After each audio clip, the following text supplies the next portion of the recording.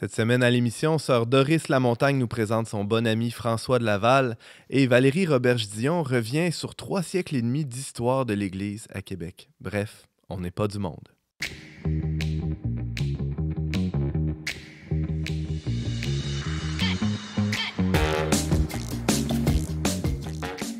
Bonjour à tous et bienvenue à votre magazine Foi et Culture. Ici Antoine Malenfant, votre animateur pour cette émission. Il sera question d'histoire et plus particulièrement de l'histoire du diocèse de Québec qui souligne en 2024 le 350e anniversaire de sa création. Et j'ai le bonheur d'être accompagné aujourd'hui de Valérie Roberge-Dion. Bonjour Valérie. Bonjour Antoine. Alors, directrice des communications au diocèse de Québec. Es-tu une férue d'histoire, toi, ou tu as développé ça par la force des choses? J'aimais l'histoire au secondaire, là, mais j'ai vécu des très, très belles découvertes pendant les derniers mois en me préparant au 350e du diocèse. J'ai lu un roman historique sur Marie de l'Incarnation qui m'a renversée. Alors, j'étais accro. Alors là, je peux dire que j'ai du fun. Là. Maintenant, oui. Alors, tu vas nous en parler nécessairement de cette découverte-là plus en fin d'émission. Tu évoquais les fêtes du 350e, la préparation que ça a nécessité. Ça fait combien de temps que vous travaillez là-dessus?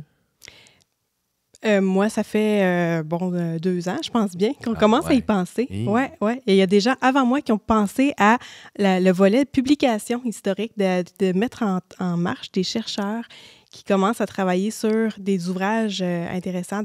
Oui, parce que ça s'improvise pas en quelques semaines. Non. C'est plusieurs années de fouilles et de recherche. Alors, c'est un long processus. Alors, c'est ça, comme je le disais, tu auras l'occasion de nous en parler un peu plus tard. Merci d'être avec nous. Simon Lessard, allô? Bonjour Antoine.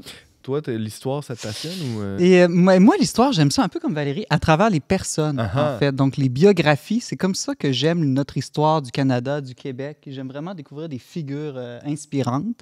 Ça tombe bien parce mais les dates, je suis vraiment pas bon. Là. C'est pour ça que j'ai des petites fiches pour les dates aujourd'hui. Ça tombe bien parce qu'il y en a plusieurs personnages marquants dans l'histoire du diocèse. Mais avant d'aller là, peut-être des données importantes à retenir. Oui, Antoine, je t'ai préparé une fiche technique. Aïe. Pas tant du diocèse de Québec que quand on y pense, c'est la première communauté chrétienne en Amérique du Nord. Donc, c'est pas juste pour les gens de Québec. Là. C'est vraiment pour tous ceux qui ont la foi chrétienne catholique en Amérique du Nord. L'origine de la foi, c'est ici à Québec. On a eu du courrier il y a quelques années d'un auditeur qui nous écoutait de Louisiane. Alors, on le salue s'il nous écoute. À une certaine époque, il était dans notre diocèse, cet auditeur-là. Ben oui, d'ailleurs, sais-tu le nombre de diocèses qui viennent du diocèse de Québec aujourd'hui en Amérique du Nord? On va en avoir une tralée, je sais c'est pas. C'est 160 aux États-Unis et au Canada. Qui sont des qui sont issus des rejetons, à l'origine de multiples divisions du diocèse de Québec. Donc déjà, ça montre l'influence qu'a eu ce diocèse sur l'ensemble de l'Amérique du Nord. Valérie, oui? Il faut juste préciser, au nord des colonies espagnoles. Donc, tout ce qui était Nouvelle-France, au fait, maintenant, ça l'a essaimé. Et puis, alors, le 350 ans d'histoire, ça concerne bien des gens. Bien des gens peuvent se retrouver dans cette histoire de revisiter leur patrimoine, leur histoire et retourner aux sources un peu de la foi. Ouais. Oui, Antoine, si on va à quelques dates pour quand même situer, là, en 1658, c'est l'établissement du vicariat apostolique de la Nouvelle-France à Québec, qui jadis était rattaché à parce que ce n'était pas encore un diocèse, à quel diocèse? Avez-vous une idée? Ou au moins quel pays? J'imagine que vous avez ta face. La France, là, c'est ça, mais où? Là, je vais avoir l'air fine, là, si je dis pas la bonne réponse. Je vais-tu perdre ma job? Je pense pas, là. Je pense que tes patrons sont miséricordieux. Là, je dirais la France, mais c'est peut-être une autre histoire. C'est là. En France, mais c'est Rouen. Rouen, qui était, je crois, le plus près physiquement de l'Amérique. Donc, je pense qu'il y a eu tout un débat. Là. L'archevêque voulait garder ce territoire-là pour lui à Rouen. Et puis, finalement, un an plus tard, en 1159, c'est l'arrivée de Monseigneur de Laval, le premier évêque de Nouvelle-France, là, pour une population, vous estimez à combien d'habitants à l'époque? Il ne va pas avoir grand monde, hein? Peut-être 1000, 2000 personnes. T'es proche, Antoine. Il est vraiment, ça coche, hein? C'était 1500? 1500? Moi, j'ai 1050. 1050, bon. 1050. Mais quand même, donc environ 1000 personnes. Ouais, c'est ça. Ouais. Et puis, c'est en 1174 qu'on a la fondation du diocèse. Donc, ça a été le premier évêché du Nouveau Monde, au nord du Mexique, comme disait Valérie. Donc, si c'était en 1174, on fête 350 ans en 2024. Et petit fait intéressant aussi, en 1819, le diocèse a été élevé au rang d'archidiocèse. Et petite colle, quels sont les diocèses suffragants de l'archidiocèse de Québec? Moi, je suis un gars du bas du fleuve, donc je sais que le diocèse de la Pocatière est suffragant. Exactement. Saint-Anne de la Pocatière. Saint-Anne de la Pocatière, oui. D'autres idées? Il y aurait Trois-Rivières. Trois-Rivières, oui. Et il en manque un? Chicoutimi. Chicoutimi. Oh oh! Donc, voilà. Autre chiffre, Antoine, il y a, combien de baptisés tu penses qu'il y a dans le diocèse de Québec? Peut-être pas le nombre de monde qui vont à la messe tous les dimanches, de baptisés. C'est pénible comme émission aujourd'hui. Je me fais cuisiner. Non, mais allons-y simplement. Là, on est quoi, 700, peut-être proche 800 000 personnes à vivre dans la région de Québec. Ajoutons la Beauce, Charlevoix, on doit approcher du million. Oui, t'es proche, c'est 982 000 baptisés. Là, je suis très proche, Simon. Oui. Vraiment un sur bon 1,38 milliard de catholiques dans le monde, ce qui représente 0,07 %. C'est presque 1% de la population catholique mondiale. Non, pas presque 0,1 %. C'est pas tout à fait pareil. Je t'expliquerai les mathématiques après l'émission, Antoine. Non, là, je pense que tu te gourres, mais continue. Bon. Sinon, autre petit fait intéressant, il y a 229 églises en ce moment dans le diocèse de Québec, regroupées en 40 paroisses et 15 unités missionnaires. Et il y a quand même aussi une soixantaine de communautés religieuses et une soixantaine de mouvements aussi dans ce diocèse-ci. Et combien d'évêques il y a eu dans toute l'histoire, dans les 350 ans? Ça, je peux pas dire. Non? Non. Valérie, tu le sais. L'archevêque actuel est le 25e cardinal 25e. Bon, moi, j'avais 24e. Va falloir qu'on C'est le 24e successeur de François de Laval. Je pense que tu es là pour me corriger. Donc, 24e successeur, donc 25e évêque du diocèse. Bon, merci Valérie. Et enfin, il y a 4 édifices du diocèse qui font partie du site patrimoine mondial de l'UNESCO, l'arrondissement du Vieux-Québec. Quels seraient ces 4 édifices à grande valeur patrimoniale mondiale? La basilique, non? La basilique cathédrale? Alors, elle n'est pas dedans parce que, évidemment, je pense qu'elle a passé au feu, donc elle est un peu plus récente suite à sa reconstruction. On a la chapelle des Jésuites. OK. Ouais. Où il y a les reliques des Saints-Martyrs canadiens. Exactement. Ouais. Tu avais une autre idée, Valérie? Notre-Dame-des-Victoires. Notre-Dame-des-Victoires. Notre-Dame-des-Victoires est classée, son sous-sol est classé et le sol sous le sol est classé. Tout est classé, fait qu'on ne peut plus rien toucher à ça, c'est ça? Et puis, on a évidemment aussi la chapelle des Ursulines de Québec et le monastère. Qui a récemment été complètement revampé, restauré. Il paraît que c'est un joyau. chef-d'œuvre. Oui, exactement. Et aussi le monastère des Augustines, rattaché à l'Hôtel-Dieu, qui est le premier hôpital en Amérique du Nord. Merci beaucoup, Simon. Ça fait plaisir, Antoine. Et maintenant, notre invité de la semaine, un de ses plus grands amis est un évêque du 17e siècle. Accueillons cette vraie passionnée de François de Laval, sœur Doris Lamontagne.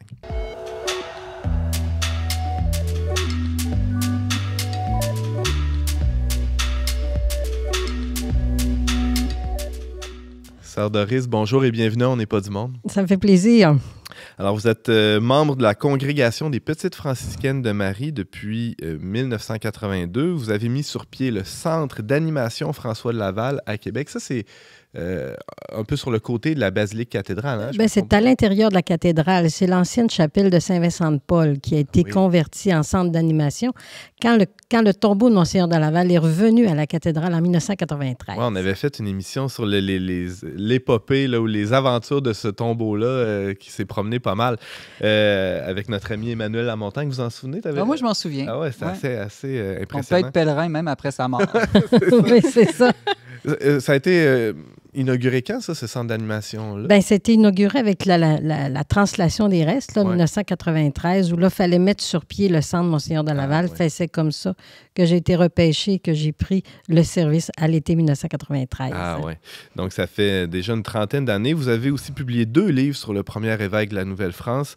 D'ailleurs, on célébrait en avril 2023 le 400e anniversaire de naissance de François de Laval.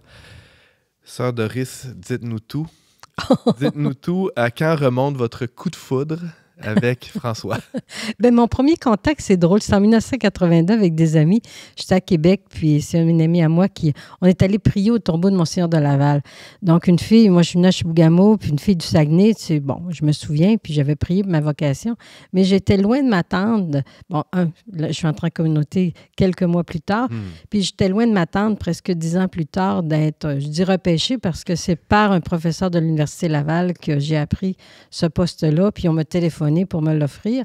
Donc, c'est comme ça que j'ai commencé. Je n'ai pas été engagée pour mes compétences parce que je ne connaissais rien sur François de Laval. J'avais dit que je serais plus à l'aise de parler de François d'Assise que François de Laval. En tant que petite francicaine. Ben oui, c'est ça. Oui. Je connaissais plus l'un que l'autre. Ouais. Mais dès le départ, quand j'ai commencé, ce qui m'a... je ne dis pas si ça a été le coup de foudre, mais comme je suis une fille de Saint-François d'Assise, je me disais, c'est comment faire aimer l'Église à travers un homme d'Église. Parce que je trouvais que son problème à lui, c'est d'avoir été évêque.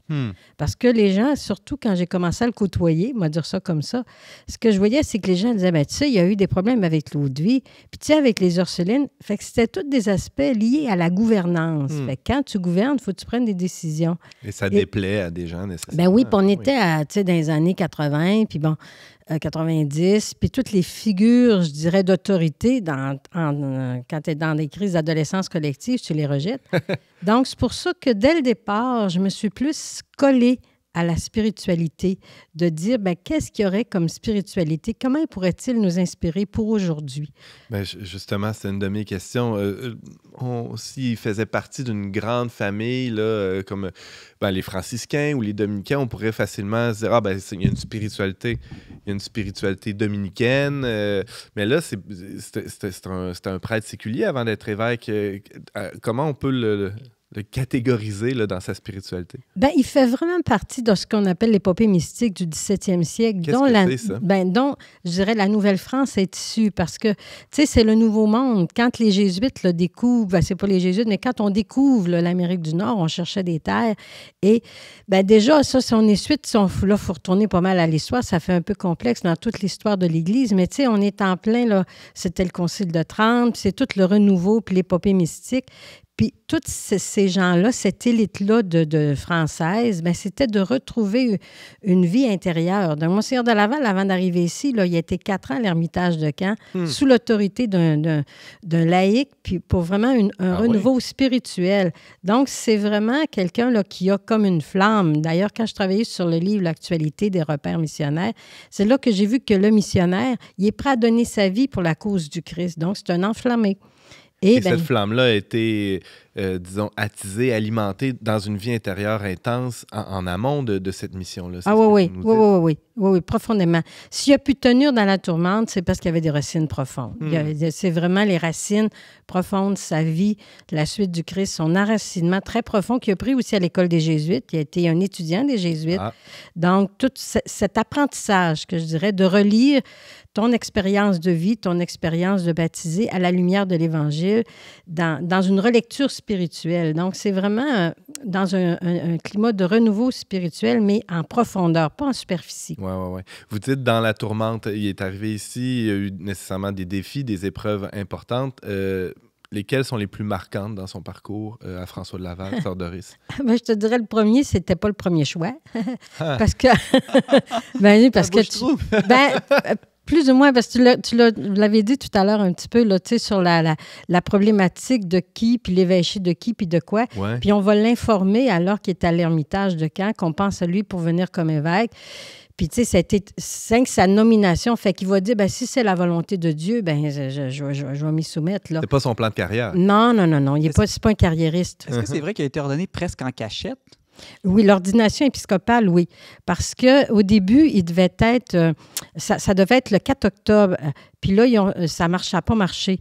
Et finalement, il a été ordonné évêque à l'abbaye Saint-Germain-des-Prés de Paris parce que c'était un territoire neutre. Et parce que, justement, il y avait la problématique avec le vicariat épiscopal, puis il y avait le diocèse de Rouen, là, dont vous parliez tout à l'heure, c'est qu'il y avait un sulpicien qui se revendiquait comme évêque, dépendant de l'évêché de Rouen. Donc, c'était est-ce que Québec dépend de Rouen ou est-ce que Québec dépend de la propagande de la foi? Donc, c'est comme ça que la nomination a été controversée. Et quand il va arriver ici, Marie de l'Incarnation va dire, il arrive avec un titre qu'on ne connaît pas trop, c'est quoi? Vicaire apostolique en Nouvelle-France. Il était évêque de Pétré. Des fois, je disais, bien, il était un peu dans le pétrin. Mais, tu sais, mais il est arrivé... Il était évêque, mais on lui avait confié le territoire. Puis ça a pris 15 ans avant la reconnaissance officielle de l'évêque de Québec. Long. Oui, quand même. Il avait une légitimité à moitié assise, là, finalement. Il était reconnu, mais ça ne l'a pas empêché. Mais ça ne l'a pas empêché d'être tout de suite en tenue de service. Puis dans ses premières actions, là, c'est assez étonnant. Il arrive, puis il va faire la tournée du diocèse. Il va aller à cette époque-là, Trois-Rivières, Tadoussac, Québec, Montréal, en canot, en raquette. Il va déjà commencer à faire ça. Il va tout de suite mettre en place le séminaire de Québec, la confrérie de la Sainte Famille. Donc, il n'y a pas avec la POC. Ah non, il n'attendra pas d'avoir le titre pour être en service. Là. Bon, une fois arrivé, il y a d'autres épreuves qui l'attendent. Certainement, dans la gouvernance, là, on en parlait hors d'onde. Qu'est-ce qui a été plus difficile pour lui, les décisions importantes qu'il a dû prendre dans ces années d'épiscopat ici? Bien, là, ça, c'est une bonne question. Je ne sais pas si c'était plus difficile ou moins difficile. Bien, c'est sûr qu'il y a toute la question de l'eau de vie qui était quand même une préoccupation. Pourquoi? Bien, parce que quand tu veux servir la cause de l'Évangile puis que tu te retrouves dans la gouvernance, parce qu'il faut penser aussi qu'il est membre du Conseil souverain. Donc, c'est un bras droit du roi, ici en Nouvelle-France. Donc, quand le roi va le nommer au niveau membre du Conseil souverain, il va se retrouver entre les intérêts de l'Évangile et les intérêts politiques. Donc, lui-même, il va dire que... C'est inconfortable quand même. Bien, je le pense, là, tu sais, quand il va dire que le seul intérêt, c'est l'intérêt de Dieu, entre ses valeurs personnelles et les valeurs ambiantes, donc de faire des choix, je dirais. Mais tu sais, c'est un homme de droiture et de justice. Donc, son intérêt le plus grand, ça va toujours être celui pour le plus pauvre, le plus faible. C'est pour lui qu'il va défendre. Puis, je dirais que son seul intérêt, c'est l'intérêt de Dieu. Puis, Marie de l'Incarnation, d'ailleurs, va dire que quand il en est de la gloire de Dieu et du salut des hommes, il voit même qu'il est entêté et inflexible. Et la querelle de l'eau de vie, c'est que c'est l'alcool qui était distribué ou vendu aux Autochtones, c'est ça? Bien, c'est toute la question de la... Moi, je le placerais ailleurs. Je dirais c'est la question de la dignité de la personne et de l'exploitation qu'on peut faire qui met en péril la dignité de la personne. Donc, ce qu'il défend, c'est la dignité humaine et avant tout, parce que le commerce crée le déséquilibre et c'est les conséquences. C'est les conséquences qu'avait l'eau de vie sur le peuple amérindien, où il voyait la violence, il voyait les abus à tous les niveaux, abus physiques, abus, tu sais, parce que ça a été prouvé dans les années après que les Amérindiens, avec la consommation d'alcool, ils perdaient le nord, comme on dirait là. Donc, c'est les conséquences liées et l'abus entre ceux qui vendaient les fourrures puis ce qu'on donnait en échange. Donc, c'est tout ce commerce-là dans l'injustice. Au nom de la dignité des puis de l'intérêt. Tu sais, je veux dire... donc, c'est plus ça. Si on le met sur une personne pour qui il y a des valeurs, où la première valeur, c'est la personne humaine et sa dignité, bien, ça met en porte-à-faux entre les valeurs que tu promeus et l'exploitation qui est faite. C'est ça qu'il défend avant tout. Sœur Doris, on l'a évoqué un peu justement par cet épisode-là. Ça ressemblait à quoi sa relation avec les Premières Nations? Parce qu'on parlait d'environ 1000 habitants, 1000 colons qui étaient là sur place, mais il y avait d'autres personnes qui habitaient le territoire aussi. Les Premières Nations étaient déjà là depuis plusieurs années. À quoi ressemble sa relation avec les membres des Premières Nations, François de Laval? Ben, moi, j'irais plus sur des exemples concrets. Allez-y. C'est quand il arrive à Tadoussac, puis là, les Amérindiens savent qu'il arrive, ils vont tirer des coups de fusil en l'air parce qu'ils sont heureux qu'il arrive. Qu'est-ce qu'il fait? Moi, je dirais le mot, c'est proximité. Il va aller les visiter, il va rentrer dans les tentes, il va se faire proche d'eux. Un même fait qu'on voit à un moment donné, il y a une funéraille à la cathédrale, puis c'est un chef amérindien, puis il ouvre la cathédrale pour célébrer les funérailles. Et ça dit que les Amérindiens ne savent pas s'ils vont pleurer à cause de la mort du chef ou de leur joie que l'évêque célèbre les funérailles du chef amérindien dans la cathédrale. Donc, les Amérindiens l'avaient surnommé pas Garagontier, mais Ariawagi, l'homme de la... Ariawagi est un chef indien, mais Ariawagi étant l'homme de la grande affaire. Donc, l'homme à qui on reconnaît qu'il prend soin de nous, Et puis aussi, pour les cérémonies religieuses, bon. Donc, il y avait une reconnaissance du peuple amérindien de la manière dont il les a défendus dans les intérêts et dans sa proximité. Et moi, j'oserais presque dire qu'il ne faisait pas de différence. Je veux dire, quand on parle aujourd'hui d'un amour inclusif, à mon point de vue, Monseigneur de Laval était à ce niveau-là. Il n'était pas était dans la distinction. À faire le tri entre les personnes. Pas selon moi. En 2014, le pape François a promulgué la canonisation équivalente, si je ne me trompe pas, de François de Laval, comme un message à notre génération. Nécessairement, quand on canonise quelqu'un, on envoie un message à toute l'Église, à l'Église universelle, à l'Église locale aussi, en disant « Voici quelqu'un qui a suivi le Christ jusqu'au bout ». En quoi François de Laval peut être inspirant pour quelqu'un qui le découvre aujourd'hui, que ce soit un croyant ou peut-être même pour un non-croyant, Sœur Doris? Oui, il y a toujours 2 vitraux qu'on retrouve au Séminaire de Québec que je trouve très inspirants, qui me semblent être la cohérence de ce qu'a été l'homme de Monseigneur de Laval, de l'enfant de 8 ans qui commence à l'école du Collège de la Flèche jusqu'à sa mort à 85 ans. On le voit au pied du Saint-Sacrement, donc se lever tous les jours, son assiduité à la prière, mais une vie de foi qui s'incarne au chevet des malades. Donc, fait que le prochain... l'amour du prochain est inconditionnel à l'amour de Dieu. C'est comme, moi j'ai toujours dit, c'est comme ces 2 poumons là, qui se parlent constamment. L'un ne peut pas vivre sans l'autre. Et c'est la cohérence. Tu sais, Monseigneur de Laval, quand il va être à l'Ermitage de Caen, il va quitter la prière et la cesse pour aller défendre les intérêts des religieuses qui avaient une problématique. Donc, il va sortir de sa prière. À la fin de sa vie, il va dire, si j'ai plus d'argent à donner aux pauvres, je suis aussi bien mourir.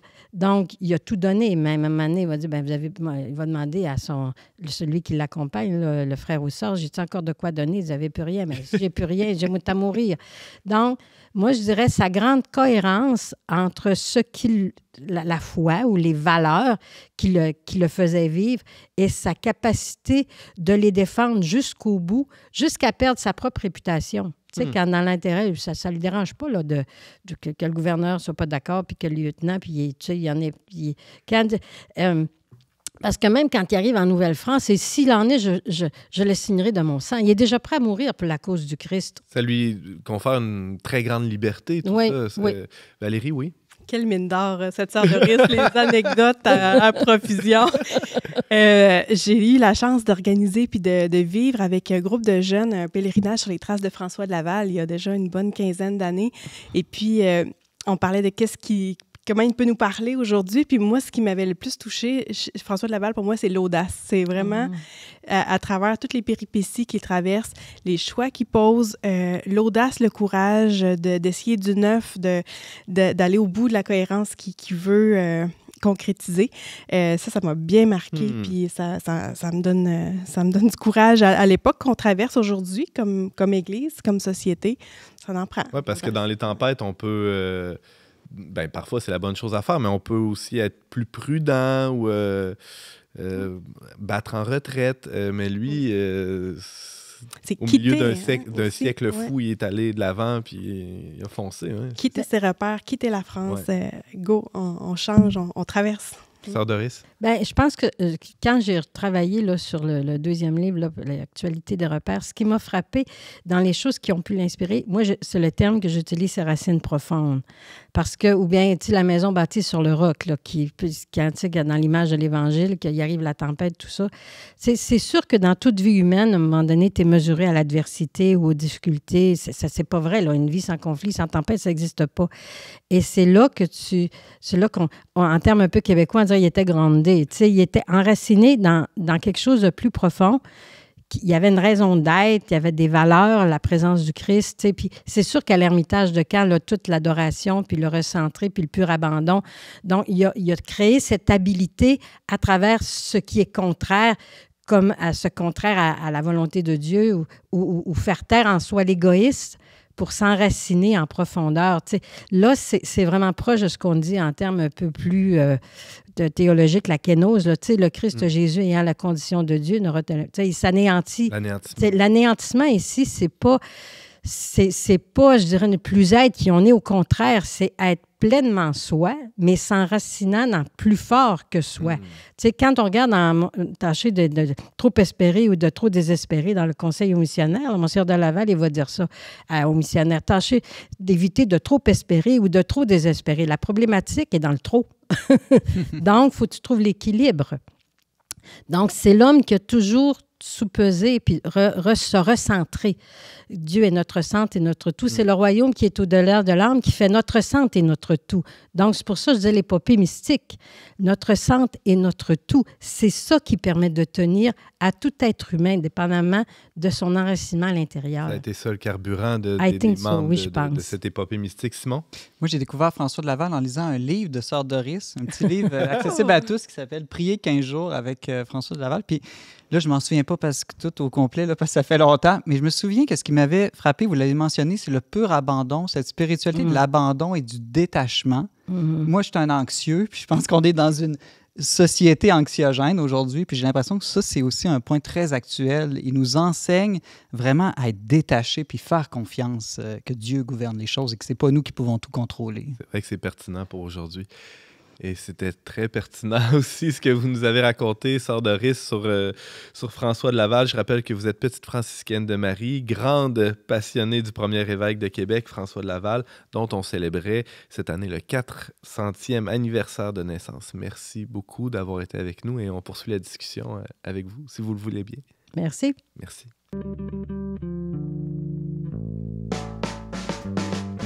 On n'est pas du monde est une émission produite par l'équipe du magazine Le Verbe.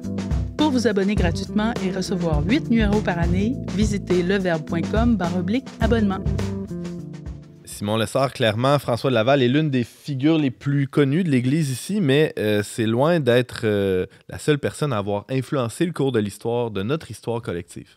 Oui, bien, plus près de nous, je dirais, il y a d'autres figures, les grandes figures du diocèse de Québec qui sont, je pense, méconnues du grand public. Bon, peut-être connues de Valérie et Sœur Doris, puis même de toi, Antoine.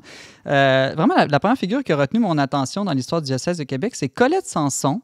Donc, elle est née en 1923 et décédée en 1991. C'est quand même vraiment plus proche de nous. Elle est vraiment importante au niveau du soutien aux itinérants, aux exclus de notre société. C'est intéressant, là. Elle est née dans un milieu aisé de Lévis. Elle a fait des bonnes études. Elle s'intéressait au chant choral, au théâtre. Puis elle s'est mariée, puis elle a eu 2 enfants, donc une femme laïque. Et puis, elle est devenue veuve à 50 ans. Et puis là, il y a toute une nouvelle vie qui s'est ouverte devant elle. Donc, si vous avez plus de 50 ans, hein, il n'est pas trop tard pour... avoir des projets. Exactement, et poursuivre la sainteté. Donc, elle a commencé à ressentir un vide. Évidemment, on peut comprendre qu'elle était en deuil. Et puis, elle a supplié le Seigneur de lui faire trouver le vrai sens de sa vie ou le nouveau sens de sa vie, étant veuve. Et puis là, avec un groupe de prière qui s'appelle La Rencontre, elle a commencé à visiter des détenus. Elle a été touchée par leur histoire. Puis, elle a vu aussi leurs grands besoins. Et elle s'est sentie appelée à les servir, ces détenus-là. Et puis, ça l'a amenée à fonder la Maison Revive en 1978, maison qui existe toujours, pour accueillir des hommes, entre autres, sortis de prison ou des sans-abri, des affamés. Donc, je trouve que c'est vraiment une figure très inspirante que cette Colette Sanson. Oui, j'ai eu l'occasion de faire un reportage là, il y a quelques années sur la Maison Revive, puis ce qu'on m'expliquait, c'est que elle était un peu choquée de voir les hommes sortir de la prison puis d'avoir nulle part où aller. Donc, ça prenait une espèce de point de chute ou un endroit où ils pouvaient reprendre leur souffle avant c'est comme une espèce de maison de transition, en quelque sorte, mais où les personnes étaient accueillies intégralement. Je ne sais pas si... moi, j'ai eu la chance même de la voir parce que j'ai un novice, je suis allée, puis la maîtresse de novice avec qui j'étais était proche d'elle. Ce qu'elle voulait surtout, c'est de donner une adresse. Parce que souvent, les personnes qui sont assistées sociales, ils ont besoin, pour avoir le chèque, qu'ils aient une adresse fixe. Donc, la Maison Revive, ça permettait à ces personnes-là d'avoir une adresse fixe. Quand tu es sans-abri, tu n'as pas d'adresse. Donc, en ayant cette maison-là... De briser ce cycle-là. Parce que je me souviens d'être allée à la Maison Revive et de voir les casiers là, où pouvait rentrer l'adresse fixe pour que les personnes aient une adresse postale. Ah ouais, c'est bien concret comme aide. Elle avait le souci aussi, du réveil spirituel des gens, qui puissent grandir dans l'estime de soi, surtout un prisonnier, un ex-prisonnier. On peut penser que l'estime de soi est très attaquée. Et puis, j'ai été très touchée aussi de réaliser que je pense que son approche, c'était aussi de se lier d'amitié. C'est-à-dire c'est-à-dire pas juste offrir des services à des gens dans le besoin, mais au début, elle vivait même avec eux là, dans la maison. Donc, il y a vraiment l'idée de faire communauté avec ces gens-là. Donc, je pense que ça peut nous lancer un message pour aujourd'hui. C'est pas juste de, je dirais, bon, ben, j'ai donné de l'argent ou j'ai rendu un service à une personne dans le besoin, mais je me lie à cette personne-là. Génial. Alors, c'était Colette Sanson, une figure, trop méconnue, mais il n'y a pas un procès de canonisation qui est ouvert? Oui, il y a quelque chose, oui. Alors, on risque d'en entendre parler encore pour quelques années. Merci, Simon, pour cette introduction à cette personnalité formidable. Quelqu'un d'autre qui a marqué ton attention? Le père Léon Provencher. Donc, lui, il est né en 1820, décédé en 1892. Je dirais que c'est une figure marquante au niveau des sciences naturelles. Puis là, c'est vraiment intéressant parce qu'on pourrait dire un prêtre et science. Ben oui, déjà, c'est une figure qui nous montre que les deux ne sont pas incompatibles, foi et science. Il est originaire de Bécancour. Donc, il faut savoir qu'à l'origine, ça faisait partie encore du diocèse de Québec. Aujourd'hui, je pense que c'est dans le diocèse de Nicolet. Oui, c'est ça. Il a été ordonné prêtre à 24 ans. Puis là, c'est intéressant parce qu'au début, il a servi en paroisse, mais il paraît qu'il avait un caractère un peu difficile, puis que ça y a attiré pas mal d'ennuis. Donc, je pense qu'il y a eu un changement de carrière. Mais bon, il y avait d'autres intérêts. Il s'intéressait aussi beaucoup à la nature. Et donc, il a commencé à se spécialiser de plus en plus dans l'étude de la botanique, de l'entomologie. Puis, il a publié de nombreux ouvrages spécialisés en botanique, entre autres son traité élémentaire de botanique, qui est le premier ouvrage du genre dans tout le Canada. Il a publié aussi le catalogue des arbres fruitiers et son œuvre maîtresse, le verger canadien, rempli de renseignements utiles pour réussir la culture des fruits et légumes. Et puis, c'était un scientifique, un prêtre qui était aussi, je dirais, engagé socialement.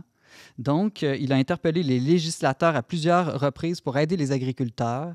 Il a fondé un couvent, un pensionnat pour jeunes filles. Il a aussi livré bataille contre l'alcoolisme. Et il a fondé la première grande revue scientifique francophone en Amérique du Nord. Cette revue qui s'appelle Le Naturaliste canadien. Il l'a dirigée presque jusqu'à sa mort en 1891. Elle existe encore, cette revue? Non. Ben, en fait, elle existait jusqu'en 2019, je suis allé vérifier, mais elle a été publiée très longtemps dans 40 pays. Entre autres, c'était l'Université Laval là, qui la publiait dans les dernières années. Une sorte de père Marie-Victorin. Oui, on pourrait dire ça, exactement. Puis il y a toujours à Cap-Rouge, où il s'est installé là, à partir de 1872, il y a la maison Léon Provencher qui rappelle son œuvre puis qui propose des expositions, des activités là, pour faire de la vulgarisation au niveau des sciences naturelles. Et moi, c'est la première fois que j'ai entendu parler de lui parce qu'ils ont un camp d'été pour les enfants. J'ai un ou deux enfants qui ont passé un été en camp de jour là, pour toutes des expériences scientifiques chaque jour, du temps dehors à explorer le marais. Il y a vraiment un héritage, ce gars-là. C'est incroyable. Alors, ça a piqué ma curiosité, moi aussi. Puis c'est de voir comment des croyants dans toutes les sphères de la société ont laissé un héritage, ont porté du fruit. C'est beau. Super legs, très fécond. On a peut-être 2 petites minutes pour parler non pas d'une, mais de 2 personnes qui ont... Un couple laïque marié. Alphonse et Dorimène Desjardins sont plus connus, évidemment, parce qu'ils ont fondé le mouvement Desjardins, les caisses populaires Desjardins. Mais connus, mais qu'est-ce qu'on sait vraiment d'eux, Simon? Je ne sais pas à quel point on les connaît. On connaît le nom. Hein? C'est ça? Ben, je pense, la première chose, il faut savoir qu'Alphonse, lui, il a travaillé au Parlement de Québec. Il était... sténographe, quelque chose comme ça. Là. Et puis, c'est là qu'il a assisté un jour à un débat sur les prêts usuraires, donc les gens qui demandent des taux d'intérêt beaucoup trop élevés. Puis ça l'a scandalisé. Puis il a cherché une situation à cette injustice-là.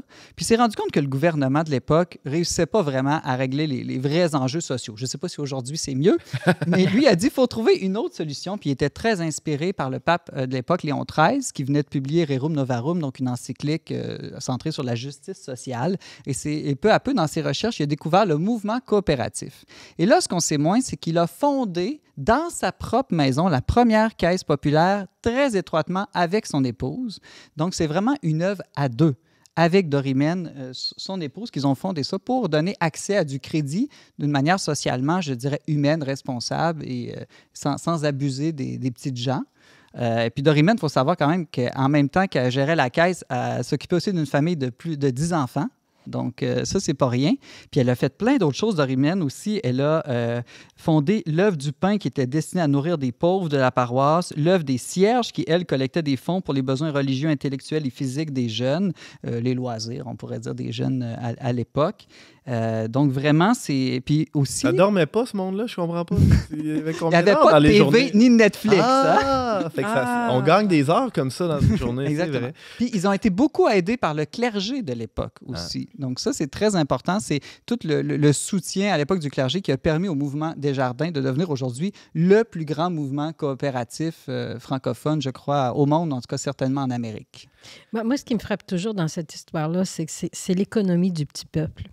Parce que Desjardins, c'est ça, là, il commence, oui, dans sa maison, puis après ça, c'est dans le monde rural, puis chaque village avait sa caisse populaire. Donc, ça montre que quand les gens se mettent ensemble à la base, tu peux être à l'origine de quelque chose de plus grand. C'est la solidarité. Puis là, quand tu dis, ça me frappe, quand on dit le besoin, l'attention, puis là, l'ingéniosité, puis là, on commence, puis de rien, parce que tu sais, de commencer ça dans sa maison, puis aujourd'hui, tu peux voir l'expansion que ça peut avoir. Tantôt, tu parlais de la maison Revive, ça commence de peu, mais ça existe encore. Donc, ne pas se décourager devant un problème qui pourrait nous apparaître beaucoup trop grand en disant que de toute façon, si je fais une petite œuvre, ça ne changera pas le monde. Bien, c'est ça. Je veux dire, il faut toujours commencer par un premier pas. Puis le premier pas, quand tu le fais avec d'autres, je dis le premier pas. J'ai participé récemment à la marche de Pierre Lavoie. Je me dis, tu commences, tu as une idéologie, puis à un moment donné, tu en entraînes d'autres. Fait que je pense que faut croire en des capacités charismatiques. Et il faut croire à la potentialité, puis souvent, ça commence par la base. Ça ressemble au Christ avec 12 de ses chums, puis quelques saintes femmes autour, puis ils ont parti un grand mouvement qui réunit plus d'1 milliard de personnes aujourd'hui. Bien, c'est pas loin de ça. Merci beaucoup, Simon. Ça fait plaisir, Antoine.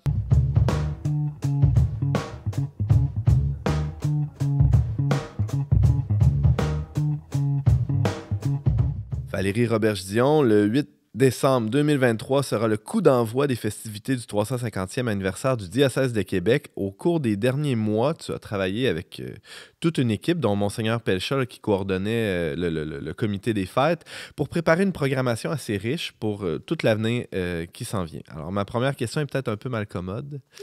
C'est pas ton genre, ça. Ben non, pas du tout. Avant d'aborder les raisons de célébrer, là, on y viendra assurément. J'en doute pas. Il y en a qui en a plusieurs. Il faut quand même avouer, si on est honnête, qu'il y a plusieurs raisons de ne pas fêter. Valérie, j'aimerais t'entendre là-dessus. Ça a été un bon casse-tête, ça, depuis le tout début de notre réflexion. Comment on aborde ça? Il y a un anniversaire, un chiffron 350, il faut le souligner. Est-ce qu'on peut ne rien faire? Est-ce qu'on peut ne rien faire? Mais comment faire? Quoi faire? Pourquoi? C'était assez embêtant parce qu'effectivement, c'est pas tout le monde qui a le cœur à la fête ces années-ci, et dans l'Église, et dans nos relations avec l'ensemble de la société. Alors, ce qu'on a fait... l'abcès, là. Ouais. Parlons des raisons de ne pas fêter. Ouais. La décroissance de l'Église, tous les défis de transition, les deuils qu'on doit vivre dans les communautés chrétiennes, c'est pas facile. Les défis financiers, les défis de valorisation du patrimoine religieux, toutes les blessures dont on hérite liées aux abus en Église, c'est encore très douloureux. Des relations parfois houleuses avec les Premières Nations aussi. Les relations avec les Premières Nations, tout ce chemin de guérison-là qui avance très, très lentement, mais sûrement. Et aussi tout notre rapport à l'histoire globalement comme société, là, on n'est pas apaisé du tout. Là, quand on repense à notre héritage catholique, il y a beaucoup de gens qui disent « Hey, bon débarras, c'est derrière nous. » Doris parlait d'adolescence tantôt, là, collective. Là, on n'est pas tout à fait sorti encore. On entend beaucoup, heureusement, qu'on est sorti de ce carcan-là aujourd'hui. Oui. Alors, il y a tout ça à accueillir. Alors, la première chose qu'on a faite, c'est qu'on s'est mis à l'écoute des gens. On a parlé... on a écouté beaucoup de monde en paroisse, autour de nous, des gens moins familiers avec l'Église aussi, pour voir qu'est-ce qu'il y a à vivre là, pour 350 ans. Et les choses qui ressortaient, il y avait un désir de vivre quelque chose, il y a une conviction qu'il y a moyen de vivre quelque chose de beau, de fructueux aussi au cours de l'année. Dans les communautés chrétiennes, ce qu'on entendait, c'est un désir de se donner de l'élan là, dans toute cette transformation qu'on a à vivre. Donc, d'essayer de vivre une année charnière où on fait le point, on se relance, on s'encourage. sur le plan spirituel aussi, c'est toute la question de la gratitude. C'est pas rien comme croyant de remercier le Seigneur d'avoir été avec nous pendant 350 ans, de lui demander de l'aide pour la suite. Fait que, ça me touche, Valérie, la gratitude, parce que je pense qu'on a tendance à... C'est un des défauts de notre peuple, l'ingratitude par rapport à nos prédécesseurs au passé. Puis il n'y a pas de vraie joie sans la gratitude, parce que sinon, on voit que le négatif tout le temps. Puis la gratitude, je trouve, c'est une conversion du regard. Là. Moi, en tout cas, c'est un mot-clé qui m'a vraiment allumé, parce que dans notre façon d'être en relation aussi en société, il me semble que c'est quelque chose aussi de consensuel, le fait qu'on peut... C'est important, le devoir de mémoire, la gratitude envers les gens qui ont posé les bases de ce qu'on a aujourd'hui. Je pense à Marcel Mallette, qui a fondé, qui a dévoué toute sa vie pour les personnes dans le besoin. Aujourd'hui encore, la maison Mère Mallette qui existe, portée par la Fondation Jules Dallaire, c'est énorme. C'est 25 organismes communautaires dans le même édifice. Marcel Mallette qui est à l'origine des Sœurs de qui était Sœurs de la Charité de Québec, effectivement. Alors, c'est tout naturel de dire merci à ces gens-là. Donc, il y a ça qu'on veut vivre. Puis dans l'espace public, c'est peut-être une occasion aussi de dialogue et d'ouvrir nos oreilles, de s'ouvrir en mode écoute, d'entendre les interpellations, de proposer des activités aussi où on se rencontre, où on peut peut-être venir démystifier qu'est-ce qu'on est comme communauté actuelle, là, présenter des activités intéressantes, mais aussi se rencontrer et puis se découvrir, peut-être aborder autrement les défis du vivre ensemble, là, trouver des façons un peu plus sereines de s'intégrer. Simon? Ah, mais en écoutant Valérie, je me disais, moi, quand je célèbre ma fête ou la fête d'un ami, je ne suis pas en train de dire que toutes ces années de vie étaient parfaites sans aucune erreur, mais je dis, tu as du prix, je rends grâce pour le fait que tu vives malgré ton parcours rempli d'ombre et de lumière. Donc, moi, je pense que fêter une église, une communauté, c'est pas dire que tout était parfait. C'est reconnaître, je pense que c'est un don qu'il faut chérir. La question de la communauté, elle nous a ressorti largement aussi dans toutes les consultations qu'on a faites. C'est de voir l'Église comme une famille, une communauté de gens qui ont fait beaucoup de choses extraordinaires, plutôt que de la voir comme une institution géographiquement limitée aussi. Là, de voir, mais plus globalement, on se situe dans un réseau de personnes. S'intéresser à ces personnes-là, est-ce que j'aime l'histoire? Oui, et j'aime l'histoire en découvrant des visages particulièrement. Ça, c'est tout à fait vrai. Oui, c'est souvent ça le problème de l'histoire, c'est que même moi, là, quand j'ai commencé dans des textes de Monseigneur de Laval, je me disais, bon, il y a ceux qui en parlent en 1990, mais ceux qui peuvent plus en parler, c'est celui-là qui l'ont connu. Donc, c'est les écrits. Fait que, tu sais, à un moment donné, c'est toujours aller à la source. Tu sais, des fois, là, on entend des affaires, mais c'est pas la vraie histoire. Tu sais, fait qu'il faut, je pense, aussi développer un regard critique pour aller chercher c'était quoi la vraie histoire. Tu sais, tantôt, tu as parlé d'Alphonse Desjardins. Si tu vois le mouvement Desjardins aujourd'hui, puis la grosse patente que tu vois à Lévis, tu dis, bon, OK, mais quand tu vois c'est commencer modestement dans sa maison, oh là, avec une intuition. Fait, moi, je dis, il faut retourner à la racine de bien des choses pour comprendre, pour mieux comprendre. Puis pas toujours là, juste écouter ce qui est dit dans l'interprétation, parce que des fois, dans l'interprétation, selon le regard, c'est faussé. C'est comme dans une famille. Tu sais, un père puis tu as une mère, puis tu te mets à te changer, puis on n'a pas les mêmes souvenirs, puis on n'a pas la même lien, puis on n'a pas la même relation. Puis des fois, tu dis, oh... tu sais, j'avais pas vu ça comme ça. Ben, j'avais pas vu ça comme ça. Puis des fois, il y en a qui sont plus blessés que d'autres. Puis il y en a qui ont dit, ben moi, ça m'a pas dérangé. Fait que, tu sais, fait que je pense qu'on a besoin... Moi, je trouve qu'au niveau du 350e, c'est une occasion de visiter ce dont on est héritier. Tu sais, ce dont on est héritier, puis d'honorer... Il y a d'autres pays qui honorer les ancêtres, c'est important. Parce qu'il y a une chose qui est sûre, on va tous devenir vieux. Mais un jour, puis un jour, on a tous été jeunes. Fait que, tu sais, c'est ça. Il y a une chose que je n'ai pas dit sur Monseigneur de Laval que je me permets... Quand il meurt, ils ont dit, est-il possible qu'il soit mort, cet homme qui avait tant de plaisir à voir, qu'on avait tant de plaisir à voir vivre? On l'a enfermé dans une image austère. Parce que souvent, est-il possible qu'il soit mort, cet homme qu'on avait tant de plaisir à voir vivre? C'est pas l'image que bien du monde ont eue. Non, mais son contemporain, lui, c'est ça qu'il a écrit. Bien, lui, il l'a connu, il a vécu avec. Mépriser nos prédécesseurs, nos parents, nos ancêtres, c'est se mépriser soi-même, au fond. Parce qu'une grande part de ce que je suis aujourd'hui, je l'ai reçu, je l'ai hérité. Donc, je pense qu'il faut faire très attention d'avoir un regard seulement noir sur le passé. Ça prend revisiter le passé, ça se fait, c'est pas de tout repos, hein, parce qu'il y a des zones d'ombre importantes, des choses très douloureuses, mais il y a vraiment beaucoup de beau aussi. Ça prend quoi, par exemple? De beau, juste simplement dire que ça prend des nuances. Il faut de se remettre en contexte. Ça amène toutes les nuances qui sont nécessaires. De la beauté, j'en ai vu dans tous les personnages que j'ai découverts. Moi, m'intéresser à Marie de l'Incarnation, ça a été une révélation dans les derniers mois. Je me suis dit, aïe, aïe, je la prends comme grande sœur, cette fille-là, cette gestionnaire, tellement enracinée. Puis pour elle, la spiritualité, c'était une question quasiment de respiration, de souffle, hein, puis qui portait toute son action, son dévouement. Alors, il y a un émerveillement. Puis je souhaite à tous les gens de peut-être vivre des étonnements pareils en relisant l'histoire, en s'intéressant à nos prédécesseurs.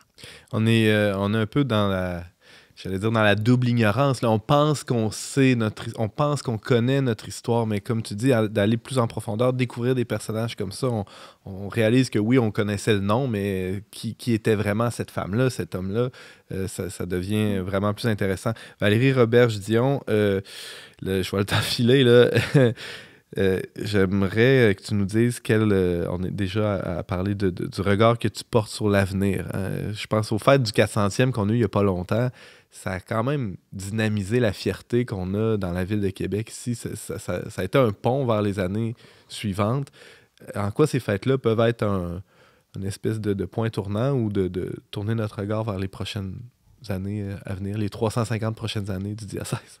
Je pense vraiment, et on l'a entendu des gens sur le terrain, qui souhaitent en faire une année catalyseur, une année où on se réoriente, on se laisse porter, on se laisse inspirer, on discerne ensemble vers où on veut aller. On va organiser, par exemple, une journée sur la vulnérabilité. Comment on se sent aujourd'hui, alors qu'on fête nos 350 ans, alors qu'on vit tant de dépouillement comme Église? Qu'est-ce que ça nous fait vivre? Qu'est-ce que ça l'ouvre comme porte? Donc, c'est on n'est pas dans des festivités triomphalistes du tout. Là. C'est quelque chose qu'on a écarté d'emblée, d'être dans le faste. Alors, c'est plutôt ce type d'événement qui peut être porteur, nous aider à réfléchir, à nous relancer aussi. Puis oui, mais l'aspect de fête peut vraiment faire du bien aussi, je pense. Surtout quand ça va mal. Il me semble que c'est là qu'on a le plus besoin de fêter. C'est la dimension communautaire aussi qui tisse serré puis qui nous donne de l'élan. Moi, je travaille là, à mon âge là, pour l'Église de demain, pour que mes enfants puissent avoir la chance de vivre l'Évangile en communauté. Donc, je suis très, très motivée à ce que ça puisse être quelque chose de contributif. J'ai imaginé tout plein de cadeaux que je souhaite là, à notre Église pour la suite des choses. Par exemple? De la fraîcheur, de l'audace dans ces projets de renouveau, mais aussi beaucoup d'écoute, beaucoup pour être une interlocutrice qui est vraiment en dialogue avec l'ensemble de la société, du courage pour faire partie de toutes les luttes au niveau social qu'il faut mener. Donc, ce ressort-là en nous, ce dynamisme-là de l'Évangile nous aide à nous tenir debout. Voilà quelques-uns de mes rêves. Ah, c'est des très beaux rêves. On a quelques minutes là, pour parler des moments forts de la programmation des fêtes de la prochaine année. Valérie Roberge-Dion, s'il y avait 3 ou 4 événements qu'il ne faut absolument pas manquer, je pense entre autres aux gens qui nous écoutent de l'extérieur du diocèse de Québec qui vont peut-être être de passage à un moment ou l'autre des prochains mois. Qu'est-ce que tu suggères? Ça vaudrait vraiment la peine de planifier un petit tour à Québec en 2024. Ça va vraiment valoir le détour. Le 8 décembre 2023, on ouvre les fêtes. On a une belle extension de la fête sur la place de l'Hôtel de Ville avec le marché de Noël allemand. Tu veux dire, on ouvre la fête dans la basilique cathédrale de Québec, mais il n'y a pas énormément de place. Donc, pour ceux qui n'auront pas l'occasion d'entrer, ça déborde. Oui, et il y a une fête populaire et tout un mélange de gens, une proximité avec tous les visiteurs du marché de Noël. Une petite scène, de la musique. Alors, ça sera très beau à vivre. Puis le 8 décembre, c'est la fête de l'Immaculée Conception. Puis si je ne me trompe pas, c'est la patronne du diocèse. Exactement. Exactement. Et on ouvre la porte sainte. Alors, en 2024, il faut venir vivre la démarche, une belle démarche spirituelle intérieure, vivre un passage, une transformation et de le faire dans la foi, dans la confiance, ça peut être vraiment beau. Puis si vous venez faire l'expérience de la porte sainte, à partir de l'été, juste en face, il y aura une très belle exposition qui est en train d'être montée avec le Musée de la civilisation. Ah ouais. Alors, où on va sortir des perles, des trésors, faire connaître un peu l'histoire du diocèse.